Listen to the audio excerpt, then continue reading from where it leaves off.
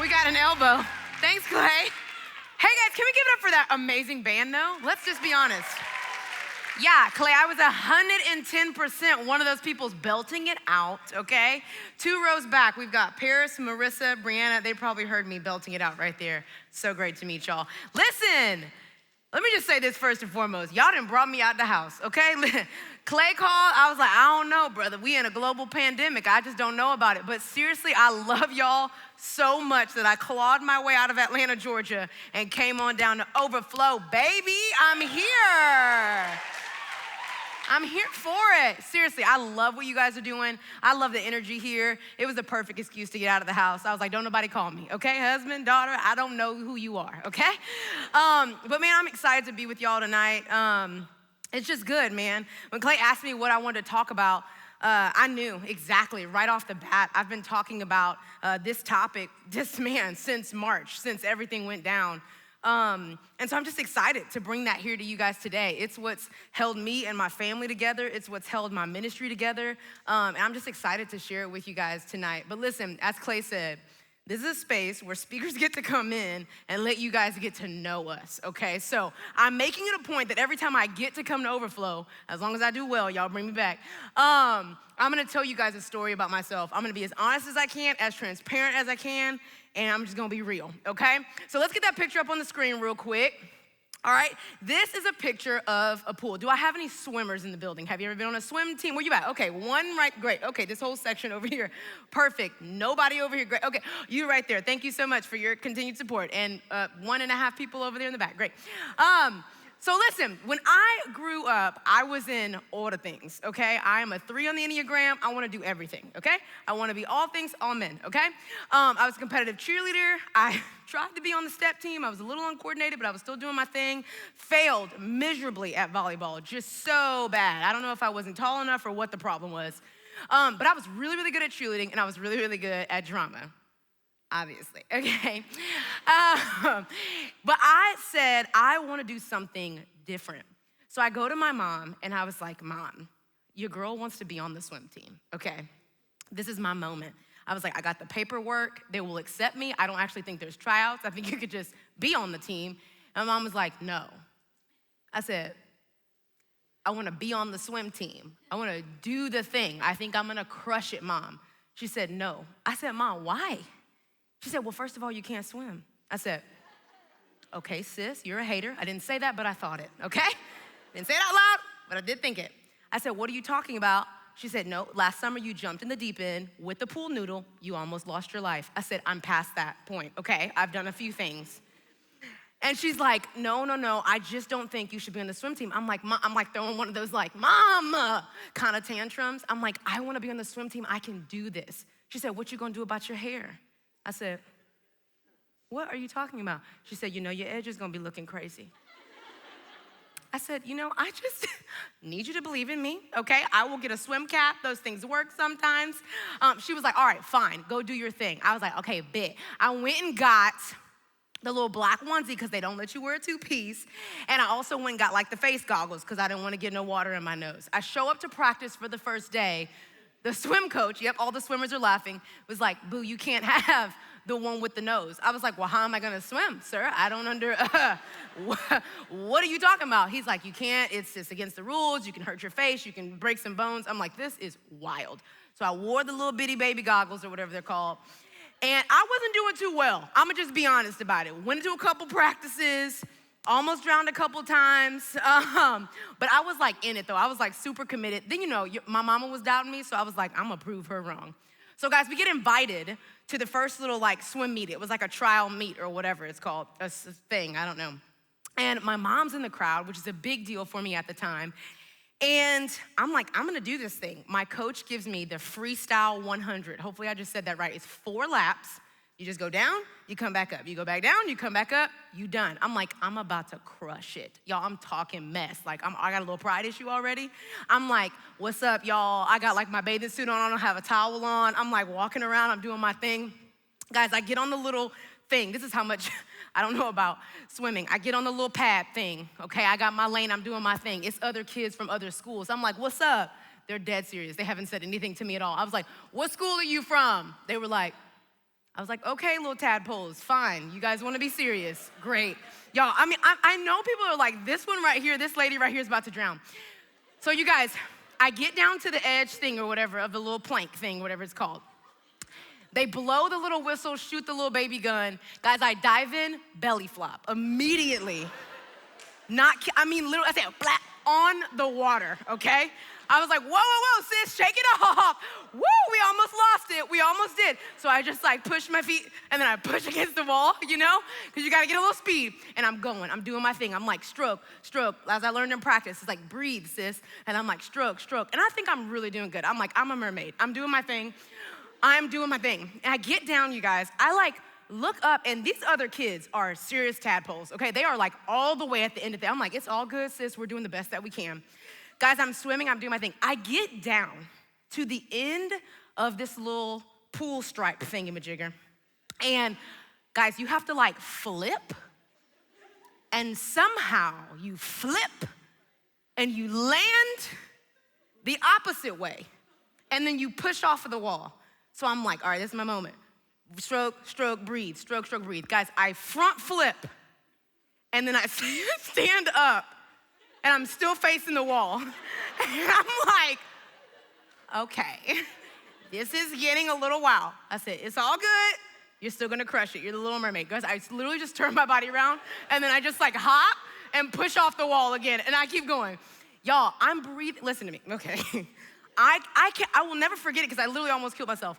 I'm breathing, so I'm swallowing water. I'm taking like breaks. I'm only on my second lap. Like, if you've ever really tried to swim fast, it is very tiring. It's like the staircase kind of thing at the gym. Guys, I'm on my second lap. I look up for a moment, and these other tadpole kids are on their fourth. Do you hear what I'm saying?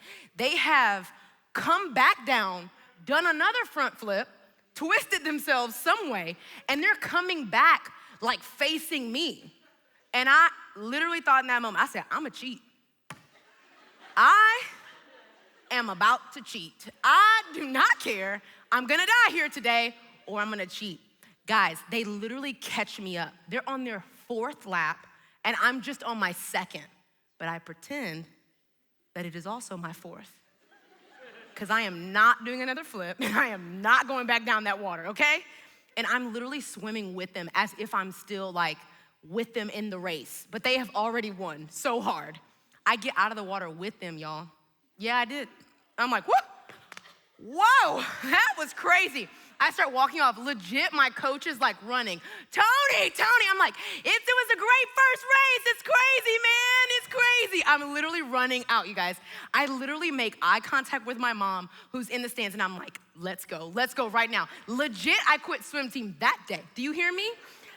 Now, I gotta work on my mama though, because y'all know she gonna get in the car talking about me. Y'all already know how parents are because they're disrespectful, okay? But we get back in the car, you guys, and I'm gonna be honest, like, let's just be real for a moment. I was so embarrassed. Like, I legit grabbed all of my stuff out of the locker room, and I'm like, Mom, like, just come and get me, bro. And I get in the car, y'all, and you know when you're trying to be hard, but it's really something wrong, you're like, my mom's like, you okay? I'm like, yeah. Yeah, fine. My mom is like, and then she pulls that like little back rub thing, you know? And you're like, oh God, that's dope. And I'm so, y'all know how it is, man. Like middle school, high school, like it's just your moment, right? Like you don't ever want to trip in front of nobody. You never want to be embarrassed. It's just like so important. It's like world is over. I can never go to school again. It is literally like literal destruction. But here's what's so crazy, y'all. My mom in that moment leans over to me and she goes, I know you're hurting right now. I know you're embarrassed. But can I tell you that I'm so happy I got to see you swim? Because years before that, my mom had a massive stroke and we almost lost her. She's paralyzed on the left side of her body. She went through tons and tons of physical therapy. And then about a year later, she had 3 mini strokes. She lost a lot of oxygen to her brain. She started having seizures.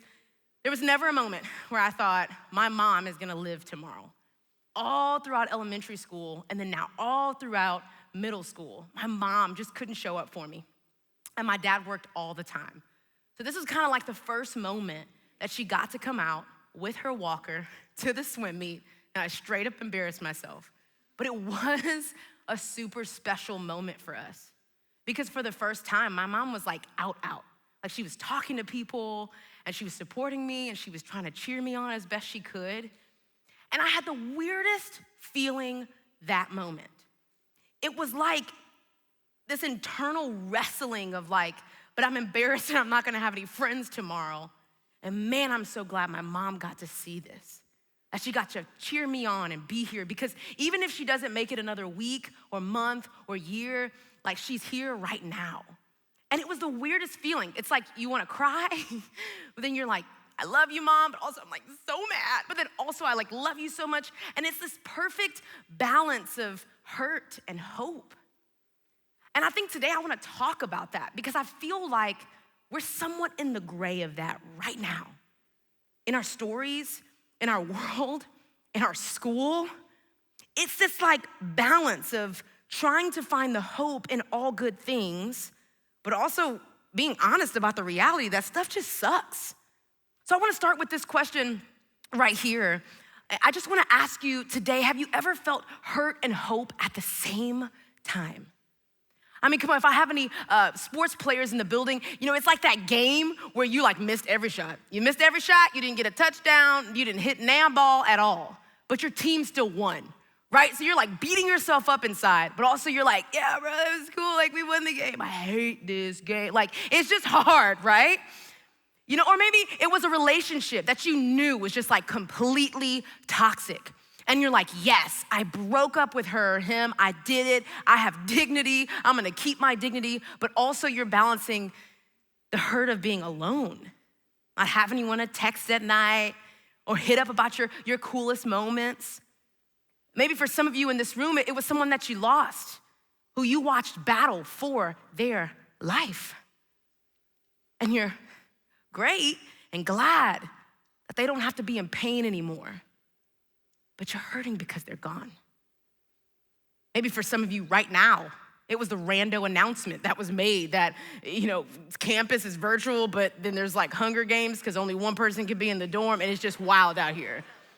And it's like on one end, like, yeah, I don't wanna get COVID from my roommate, but on the other end, it's like, bro, I just got here. Like, I don't know, y'all ruined March through May, but now I'm back again, and it's just like this wrestling. It's like the messy middle of life. And I just don't think we talk about that as much as we need to. At the beginning of COVID, everybody kept asking me, interview after interview, IG Live. Oh my gosh, I was so tired of IG Lives. Zoom after Zoom, everyone kept saying, Toni, how do you feel about the global pandemic? And I'm like, freak, I don't know. Because on one end, I'm devastated that all my speaking gigs and all the things that I would go do on the road, I was supposed to take my kid to Africa this summer, like all of these things are gone. But at the same time, I'm so freaking privileged that we can be at home and we have finances to get food for my kid, and we can buy virtual stuff for virtual school. And I know that there are some people out there who just really didn't have a lot and who's really struggling and they have to go to work, but I get to stay home with my kid. Like, I don't know, I'm like in the middle. I'm like grateful, but I don't wanna talk about being grateful because everybody else is hurting, so I'm just like, I don't know, right? Like, I don't know, it's this messy middle. And I think what I've personally learned over these last few months has been this right here, that the truth is God meets us there in the middle, right? Like he's not just this God that's waiting at the end of the tunnel, waiting on the other side of the valley as we like claw our way out. No, he's a God that's with us in the middle. And here's the truth, friends, like he's not only with you, right? He's with our whole globe. God's there in the middle for the generations to come and the generations before. I mean, how do I know this? Man, story after story in the Bible teaches us about how God just was in the middle, how he's hope at the end of the tunnel, but he's also the one there carrying the weight of our hurt. And there's this one particular story in the Bible that I got to share with y'all because I think it's so wild. It's so wild. It's such a crazy like reality TV type story. Like you would see this on like Real Housewives or something like that. But it's Jesus too, so it's like, okay, this is cool, right? And it's in John chapter 8, verses 1 through 11. And here's what's happening. Jesus went to the Mount of Olives, and at dawn, he appeared again in the temple courts where all the people gathered around him. And he sat down to teach them. Now, little context, family and friends. Jesus is in Jerusalem doing his thing, and he's not the most liked dude in the room, bro. Like, he's like the one that everybody's talking about. Like, who is this Jesus coming in here, shaking up all our stuff, changing all the rules that we've built over time? We got the law of Moses. I don't know what this brother's up in here doing with his Jesus sandals and his long hair and all his things. And he knows it. Jesus knows that people don't like him very much. And he's been in Jerusalem preaching, and the Pharisees are mad. They're like, bro, you need to go. But you know what's so crazy about Jesus is he presses into pain. He's like, nope, I'm gonna go in the temple, which is the place where everybody gonna be. And I'm gonna keep talking about this because I can, right? And so the teachers of the law and the Pharisees brought in a woman caught in adultery, and they made her stand before the group. Now, let me give you a little context on this. Now, cheating, adultery, is like a big old no back in the day, okay? It's still, obviously, it's still now, okay? We didn't switch it up on us, but it's like a civil, like it is like against the law, it's like murder, okay? Let me just say it was a bad thing, okay? Still a bad thing, but it's a bad thing. The consequences were really, really bad back then. And so like, this is a big old deal. Like, and then when you really think about it, this is why I love the Bible so much, because you really gotta dive into it to understand fully the context. Because sometimes we read the Bible as if it were us, like, oh, dang, she got caught cheating, like it's kind of funny a little bit. It ain't funny, okay? Because in order to even be caught in adultery, in order to like actually say that someone committed adultery, this is gonna be a little weird, but you had to see them in the act. It wasn't enough to like assume, to find like a couple texts and emails. Obviously they didn't have that, but they had to see them in the act. Now in order to see them in the act, it almost had to be like a setup. Like they were watching them. Like, oh, okay. You know, you see John over there, John and Rachel, they've been getting close. You know he married, I know he married, it's crazy. But they had to literally set it up, watch them, follow them like spies to catch them in the act, just so that they could bring them to this specific moment when Jesus was at the temple, not only to embarrass her, but to embarrass Jesus as well. So this is all premeditated. It's a serious offense. This woman could be in prison and lose her life because of this. They have set all this up. All right. Let's go. All right. They said this to Jesus. Teacher, they're so proud to. This woman was caught in the act of adultery, and in the law, Moses commanded us to stone such women, kill.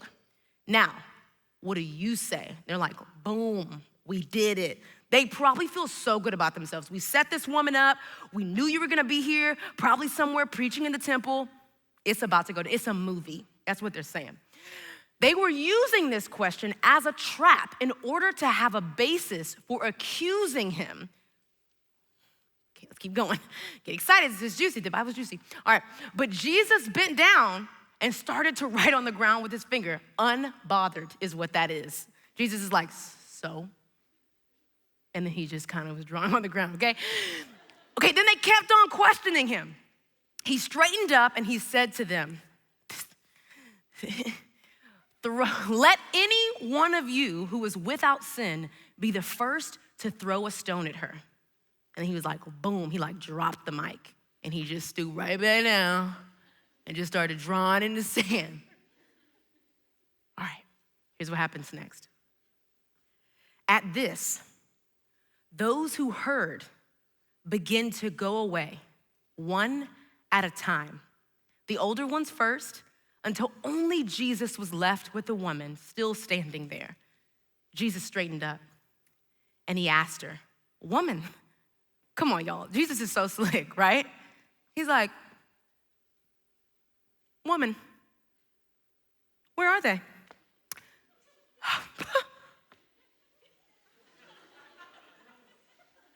Has no one condemned you? Come, y'all, this is what I'm saying. When you really start getting in you're like, Jesus was a G, okay? Like, imagine like sitting in the corner like, what are you gonna do? What are you gonna say? Okay, they leaving. They leaving. Oh my gosh. Because remember, they were so bold. They had come up with this whole scheme, right? Like, they were like, we about to set it off. And it's like, no, you're embarrassed now. And you're walking away. And then Jesus turns to this woman. Oh my God. Can y'all imagine the woman? She was caught in the act, bust in on. She's grabbing all her stuff. They're dragging her through the city. Imagine how embarrassed she was, ashamed she was, afraid, hurt. And now everybody's gone. And it's just her and it's Jesus. And this is what happens. Then he goes. The lady responds to him after he asked the question, where they at? No one, sir. No one condemned me. And Jesus says to her, then neither do I condemn you. He said, go now and leave your life of sin. Let me bring this to us today. We've made so many mistakes in our lives. We've gotten caught cheating on tests and everything else. We've gone a little bit too far with that girl or guy. We drank a little too much. We did something we shouldn't have. We got so upset. And we have been in broken places. And typically, when people tell this story in the Bible, they're like, don't you go condemning people. But I just want to take a moment to focus on the woman. Because this woman is completely ashamed, completely hurt. There's no hope. Oh, come on. No hope available for her. Today was the day that she would get stoned publicly at the temple. And the reason why I think John is writing this to us is to show us that even in the messy middles of our lives, even when we are standing there like the woman was, trembling because hope just didn't seem available, God steps into the middle and becomes the very hope you need. Jesus stepped into this woman's story who had done wrong and gives her the only thing that Jesus can give us: hope, salvation.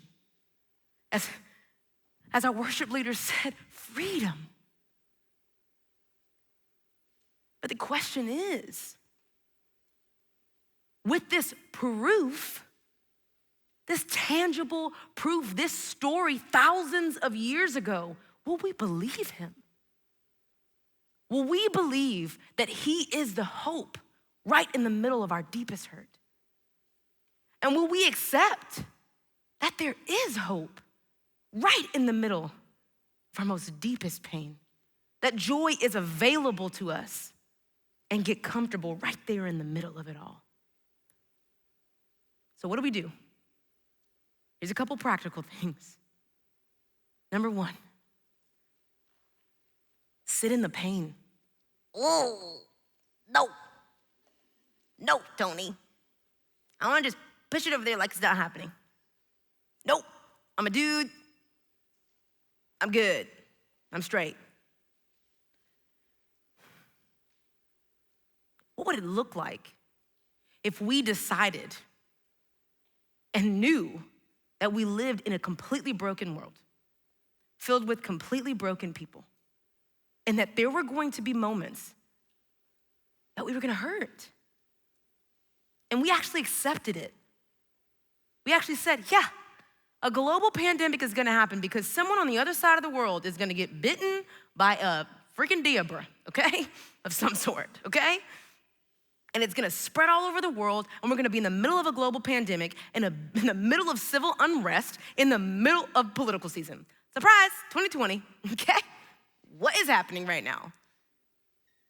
Well, we live in a broken world. Hurt's gonna come, pain's gonna come, brokenness is gonna come. So what if we decided to just sit in the pain? Not play victim, but accept it. Here's what Brene Brown says. I love this so much. This is so challenging to us.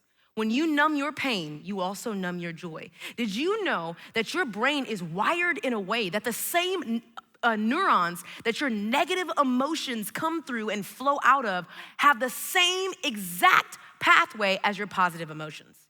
That if you decided that, nope, I'm not gonna feel that, you actually shunt your ability to feel the positive emotions. That when we say, nope, I don't wanna be in pain, I don't wanna cry, I'm just gonna act like nothing's happening, we also start to damage our ability to experience the greatest amounts of joy in our lives. So what's something that you're going through right now that you've just been pushing back there? What's something that you can maybe take a step back in and invite some joy into, invite Jesus into, invite God to come and do something with you in the middle of your pain? What conversations can you have? Who can you trust to say, hey, I'm going through this. I'm feeling all of this right now, and it hurts and it sucks real bad. Can we invite that in? And can we invite God into that? Into the mess. I don't know about you, I'm a 3 on the Enneagram. I like to achieve. And so naturally, I think that God loves me more when I'm doing great. So I go to him in like all the great times. I'm like, bro, did you hear that message I preached though? You know, like, right? Like, did you see, I spent a whole lot of quiet time. Did you see that? Like, I go to him with all the good things, but I get so nervous and so ashamed to go to him with the pain, with the hurt. I get ashamed to go to my friends. I'm the strong one of the group. I can't.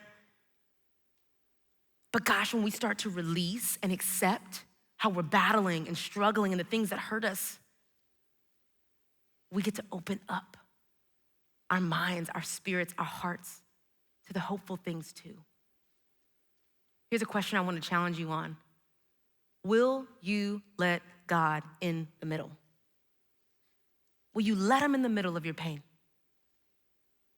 Will you let him step into the tunnel with you, into the valleys with you, and sit there and rub your back and listen to you and be there for you? Will you stop hiding that you really are hurting?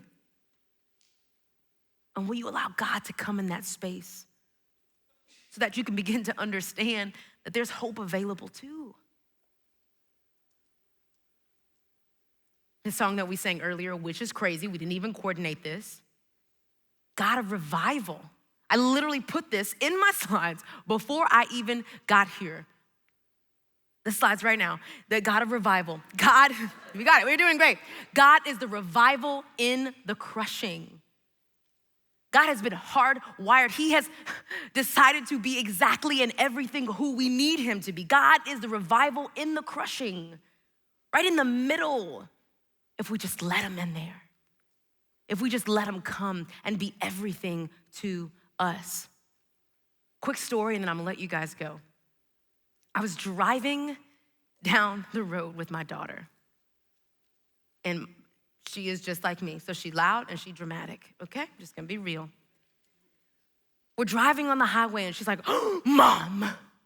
I'm like, are you okay? Did you drop that oatmeal? I told you not to eat that in the car. I'm like, what's going on? She's like, Mom, look. I'm like, what? She's like, look. And I look up in the sky and I see this. She's like, it's the moon.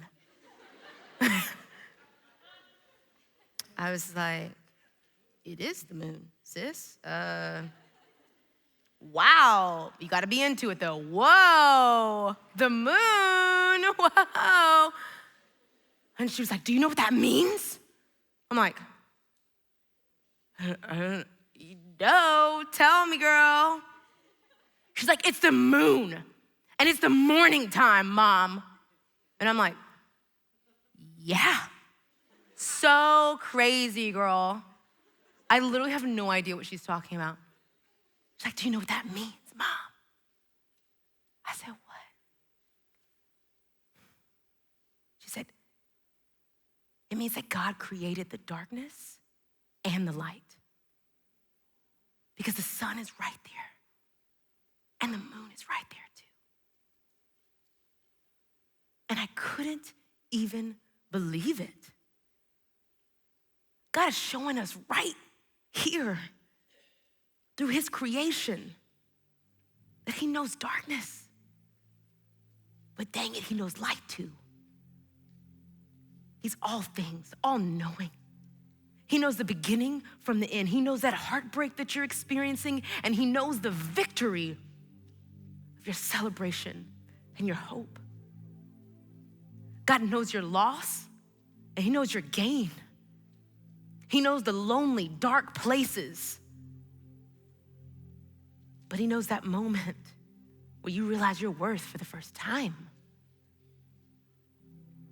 God knows pain, and he knows purpose. He knows darkness, and he knows light. And he understands that we are complex human beings with emotions, with hurt, and with hope. And we're just trying to figure out the middle. Just trying to figure out how we can exist carrying both in our hands. And saying, yeah, I'm broken and I got some stuff and this world is broken and school sucks right now. We don't know what's going on. But hope is available to me too. Friends, when you're in your darkest moments of pain, please, I hope you never forget. Hope you never, ever forget that there's hope available for you too. And God is there with you. And he can carry you to hope when you can't carry yourself. If I were to sum this entire thing up into one sentence that hopefully you just walk away with, and you start to maybe put an armor of this onto your spiritual being and your mental being as you walk back into emails and texts and calls trying to figure out what the next 3 months looks like for you, I hope you would remember that hurt and hope can coexist. That you can stand right there in the middle and God's gonna stand there with you too. I hope you know that. I hope you believe it with every fiber of your being. I hope you know that in this complex, messy, crazy world, there's a God that wants to revive you, bring you out of the darkest pain into the greatest joys. There's a God that knows that hurt and hope can coexist, and he wants to help you process through it. So we're gonna sing this last song, and I just think you're gonna love it so much. I think it describes this messy middle place, and hopefully through these lyrics, you would just begin to understand it, to maybe believe it a little bit more. And maybe for some of you in the room, you would invite God into it, into this weird, gray, complex, messy middle place. Let me pray for you.